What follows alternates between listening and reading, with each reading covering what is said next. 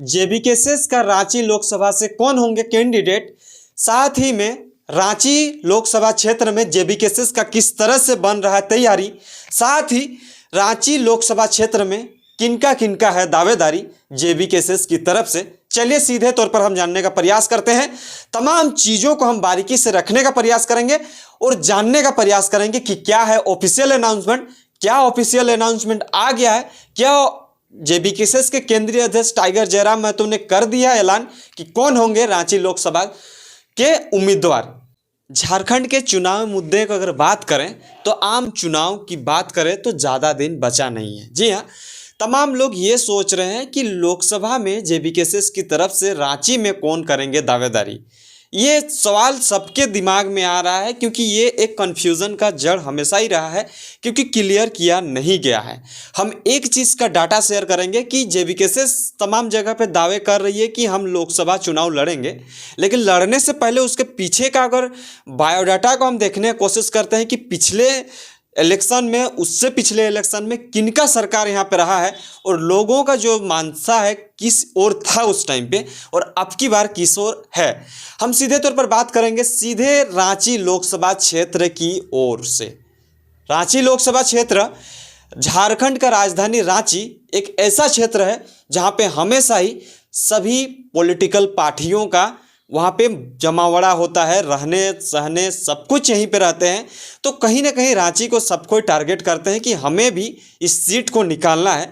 और इस बार की अगर बात करें तो जेबीकेसेस दावेदारी कर रही है, ये गुप्त सूचना सूत्रों के मुताबिक पता चल रहा है। ये ऐसा हम क्यों कह रहे हैं, क्योंकि जेबीकेसेस के जितना जगह पे विस्तार हुआ है बड़े बड़े शहरों में ही हुआ है, बड़े बड़े लोकसभा क्षेत्र में ही हुआ है, जिसमें से रांची भी है। और रांची का जो विस्तार प्रक्रिया है वो कहीं ना कहीं एक कुछ दिन पहले ही हुआ है।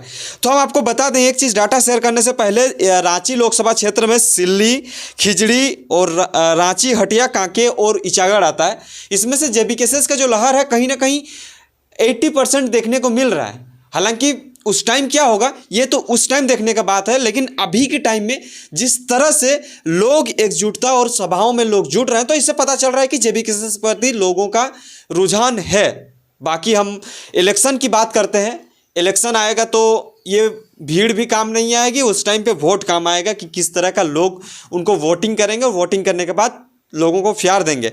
अब अगर चुनाव की बात करें, आम चुनाव की बात करें, लोकसभा चुनाव की बात करें तो अब अगर हम 2009 की बात करते हैं तो कांग्रेस पार्टी का उस टाइम पे यहाँ पे कैंडिडेट था और वहाँ पे जीत हासिल किया था। इन्हें जो सांसद थे वो उस टाइम कांग्रेस पार्टी से थे, इंडियन कांग्रेस के जो सुबोधकांत सहाय जी थे। बाकी अगर ये 2009 का बात है, अगर 2014 में आते हैं तो बीजेपी का सरकार बनता है। बीजेपी के सरकार में रामटहल चौधरी जी आते हैं, जिसमें से काफ़ी बहुमत से हासिल किए और हासिल करने के बाद वहाँ पे सांसद बने रांची लोकसभा के। उसके बाद अगर 2019 की बात करें तो बीजेपी का ही सरकार रहा, बीजेपी का ही सांसद बने श्री संजय सेठ जी। इस डाटा से हमें 3 इलेक्शन को इसलिए लिए हैं क्योंकि लोगों को परिचित इस चीज़ों से ज़्यादा होगी।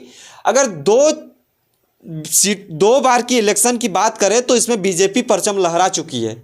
2019 की बात करें और 2014 की बात करें तो इसमें से बीजेपी सांसद रह चुके हैं।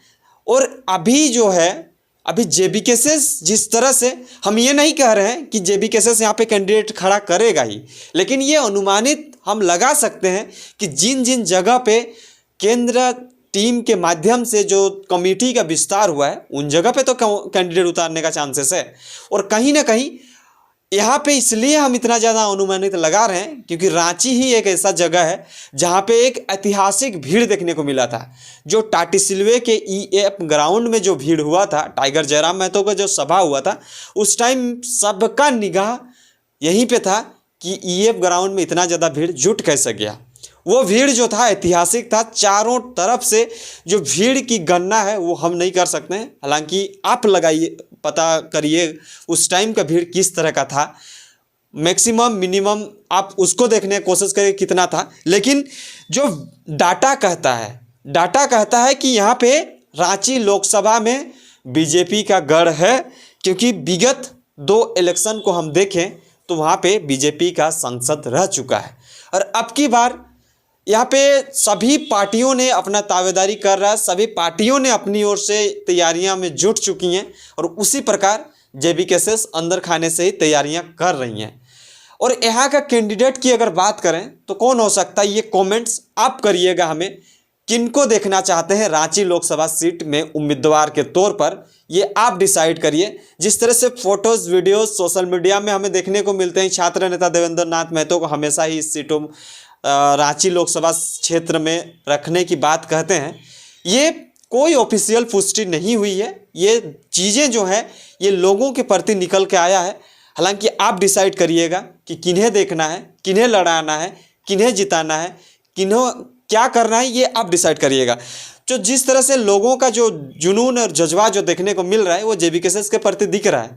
हालांकि जेबीकेएसएस का लहर अगर हम रांची साइड में देखें तो सिल्ली का जो बैकग्राउंड बोले, सिल्ली का बात करें तो सिल्ली में कहीं ना कहीं एक सही जगह है, वहाँ पे सही से जेबीकेएसएस काम कर रही है। अगर खिजरी टाटीसिलवे इस सब की बात करें तो यहाँ भी काम कर रही है। रांची सीट की बात करें तो यहाँ पे थोड़ा सा दिक्कत है क्योंकि शहरी क्षेत्र है, वहाँ पे जेबीकेएसएस का उतना ज़्यादा पकड़ नहीं बन पाया है। अगर कांके तरफ जाते हैं तो कांके में भी जेबीकेएसएस का सही पकड़ है। ग्राउंड में जब हम जाते हैं, ऐसे हवा हवी बात नहीं कर रहे हैं, जब हम ग्राउंड पे जाते हैं तो हम पाते हैं कि लोग इनके प्रति, इनके बातों के प्रति मतलब रुझान है। पर अगर हम खिजरी की तरफ जाते हैं, कांके की तरफ जाते हैं तो इस जगह पे सही सलामत है। बाकी अगर इचागढ़ में जाते हैं तो इचागढ़ में भी सही सलामत है। इचागढ़ में भी जेबीकेएसएस का लहर जो है कहीं ना कहीं देखने को मिलता है। कैंडिडेट की बात करें तो इसमें चयन जो है वो आप लोग करिएगा, क्योंकि ये हम और आप नहीं कर सकते हैं, ये सबकी सहमति से होगा और केंद्रीय कमेटी की जब बात आएगी तो उन लोग से होगा। हालांकि हम बात रखने का जो है वो सोशल मीडिया में चर्चाओं में हमेशा रहता है, इसलिए हम रख देते हैं। बाकी आपकी क्या राय है ये हमें कमेंट्स करके बताइए। बाकी लोकसभा सीट में इस बार 2024 में कांग्रेस, बीजेपी, जेबीकेएसएस और जेएमएम कौन करेगा दावेदारी, ये आप बताइए हमें कमेंट्स करके। किनको देखना चाहते हैं रांची लोकसभा संसद के सीट पर, ये आप हमें देखिए और आप हमें बताने का प्रयास करिए। इसके बाद हम लोग लगातार तमाम विधानसभा को एक एक तरह से देखने की कोशिश करेंगे कि जेबीकेएसएस का पकड़ वहाँ पे किस तरह से है और साथ ही में जेबीकेएसएस के साथ साथ तमाम पार्टियों का किस तरह से पकड़ है। क्योंकि नया उभर के आया है जेबीकेएसएस, हम इसलिए इनके साथ कंपेयर करना चाह रहे हैं क्योंकि युवाओं का जो है राजनीति में आने का जो दौर है वो देखने लायक होंगे उस टाइम पे 2024 में। तो इसीलिए हम तमाम पार्टियों से, किन्हीं से हमें गिला शिकवा नहीं है, लेकिन हम कंपेयर करके सभी से बात करने की कोशिश करते हैं। हालांकि आप अगर हमें कुछ डाटा शेयर करते हैं तो कमेंट्स बॉक्स में हमें कमेंट्स कर सकते हैं किन विधानसभा का हमें कवरेजिंग करना चाहिए, किन विधानसभा को हमें देखना चाहिए कि जेबीकेएसएस का किस तरह से पकड़ नहीं है और पकड़ है। तमाम चीज़ों को हम देखने का कोशिश करेंगे। बाकी आप हमें सजेस्ट कर सकते हैं, हमारी वीडियोस आप तक जाती है तो आप हमें देखिए और देखने के बाद बताइए कि कैसा है। तमाम चीज़ों की जानकारी हम आप तक बारीकी से पहुंचाने का कोशिश करेंगे, चाहे ग्राउंड हो या ग्राउंड के बाहर हो या बैकग्राउंड में हो। तमाम चीज़ों को हम जानकारी आप तक पहुंचाते रहेंगे, साझा करते रहेंगे।